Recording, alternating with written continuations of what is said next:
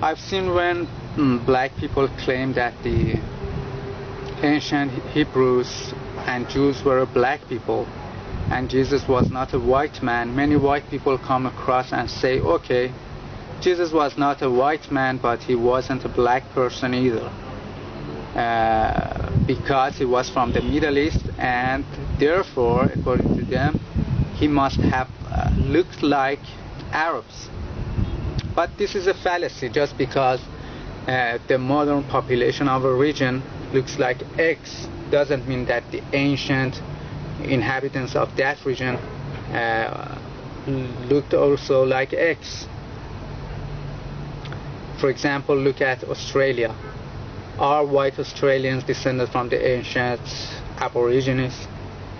Or are white Mexicans descended from the ancient Mayans? Of course not. The Middle East is the most melting pot region of the world. There are black, white, brown, Indian-looking and Mongoloid-looking people in this region, all of whom claim to be native and indigenous to this region. And for example, in Arabs, there are black, white, and mixed, the so-called brown Arabs, all of whom claim to be the real Arabs. But which of them is the real Arab? The black one, the white one, or the brown one? The same goes for Iran. There are many different ethnic groups in Iran. There are Mongoloid-looking Turkmens, there are Indian-looking Baluch, there are native blacks, there are white-looking Turks, there are mixed-looking Kurds and Lurs. Which of them is the true Iranian? And unlike what the believers of the Indo-European hoax claim, the white-looking people in this region are not descended from the ancient mythical Indo-Europeans. These people are mostly Turks or descended from Turks. For example, here in Iran, up to 40% of people are Turks, and I don't know how many of them are descended from Turks, meaning are related to Turks. And the most white-looking people of Iran are mostly Turks, but there are also Russian, Georgian, and Armenian people too living in this region. And we all know that Turks are not an indigenous people to this region. They came from southern Russia and the Central Asia in recent centuries, and they cannot be an indigenous people to this region. The ancient inhabitants of the ancient peoples of the Middle East were all different types of black people, different groups of black people. Assyrians were a black people, Persians were a black people, Elamites were a black people, and Arabs, yes, were a black people. That's why you see Assyrians have depicted themselves with curly hair, curly beard, and dreadlocks. That's why you see Persians have depicted themselves with curly hair and curly beard.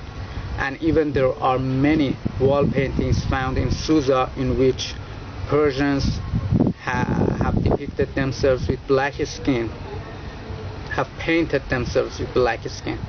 So therefore, Persians were black people, not a so-called Indo-European. And I believe that Persians, Assyrians, Arabs, and all of the ancient inhabitants of the Middle East were an Ethiopian type of people, the so-called Semitics, an Ethiopian type of people. People like the Somalis, like Ethiopians, like Eritreans, like Djiboutis, like dark-skinned Yemenis. You know, they weren't a white people. Why? Because the temperature here in this city goes up to 50 degrees Celsius in summers with a high intensity and a UV index of 12. White people cannot endure this heat. They cannot tolerate this heat. So they cannot be indigenous to this region. Because we semi-white looking people cannot stand this heat. We cannot go outside too much in summers. But how can white people be indigenous to this region? And I don't say this because I'm racist. As you can see, I'm not a black person, and I look mostly like whites than blacks. I just want to tell the truth that the ancient inhabitants of these regions, from Babylonians, Assyrians, Elamites, Persians, Jews, were all black. No way I forget what you done. Get what you done for my people. I won't forget what you done for me.